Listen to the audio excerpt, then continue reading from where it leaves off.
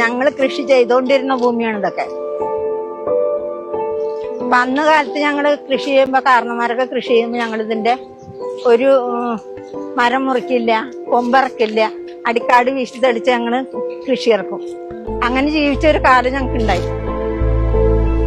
അതുകൊണ്ട് മരങ്ങളൊക്കെ വളർന്നു വലുതായി വന്യമൃഗ സംരക്ഷണ കേന്ദ്രമാക്കി കണ്ടപ്പോ ഞങ്ങളുടെ ആ സ്വപ്നം പൊലിഞ്ഞു പോയി. 25 വർഷമായി ഞങ്ങളുടെ സ്വപ്നമൊക്കെ പോവാണ്, ഞാൻ പോവാണ്. പിന്നെ ഞങ്ങൾക്ക് അതിൽ വീട് വെക്കണം. ഞങ്ങൾക്ക് ഒരുപാട് സ്വപ്നങ്ങളുണ്ട്. ഭരിക്കുന്ന ഭരണത്തിലിരിക്കുന്ന സർക്കാരിനോടും അതേപോലെ രാജസാറിനോട്, കൂടുതലും രാജസാറിനോടാണ് നന്ദി പറയുന്നത്. രാജസാർ ഇതേപോലെ വോട്ടിന് വരുമ്പോ ഞാൻ ഒരു വാക്ക് പറഞ്ഞിട്ടുണ്ടായിരുന്നു.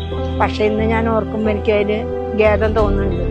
സാറ് അന്ന് വന്ന് വോട്ട് ചോദിച്ച എന്റെ അടുത്ത് വരും, വോട്ട് തരില്ല എന്ന്. കൊടുത്തിട്ടുമില്ല വോട്ട് തരില്ല. സാറ് MLA ആയിട്ട് ഇവിടെ വന്നിട്ട് എന്താ ഇവിടെ പ്രവർത്തിക്കണമെന്ന് അറിഞ്ഞിട്ട് ഞങ്ങള് വോട്ട് തരാം, ഞങ്ങൾ ഇതുവരെ ആൾക്കാർ ചതിക്കുമായിരുന്നു.